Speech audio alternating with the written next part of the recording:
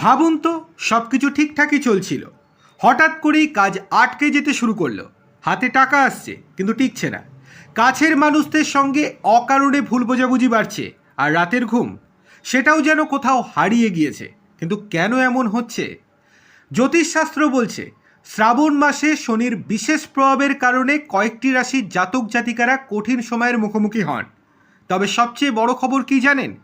এই প্রভাব থেকে মুক্তির পথও শাস্ত্রেই বলা রয়েছে। অনেকেই শনিদেবের নাম শুনলেই ভয়ে কাঁপেন, কিন্তু শনিদেব শাস্তি দেওয়ার আগে মানুষকে সতর্ক করেন। তিনি দেখতে চান কে সঠিক পথে চলছে আর কে নিজের ভুল শুধরে নিতে প্রস্তুত।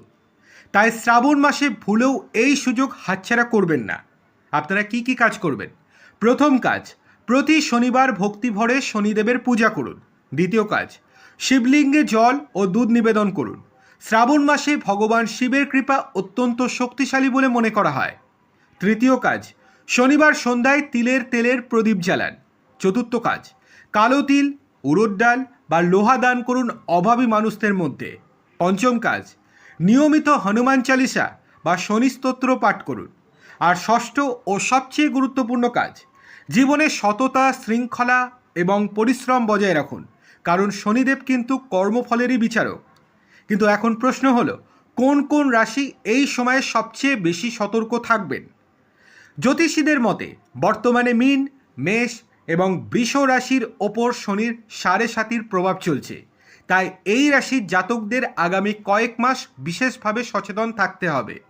তবে মনে রাখবেন, 7.5 মানে দুর্ভাগ্য নয়। অনেক মানুষের জীবনে এই সময়ই বড় সাফল্য, বড় শিক্ষা এবং ভাগ্য পরিবর্তনের সূচনা নিয়ে আসে। তাই ভয় নয়, সতর্ক থাকুন। আর কমেন্টে লিখে জানান আপনার রাশি কী। শনিদেবের আশীর্বাদ আপনাদের ওপর থাকুক। নমস্কার, দেখা হবে পরের ভিডিওতে।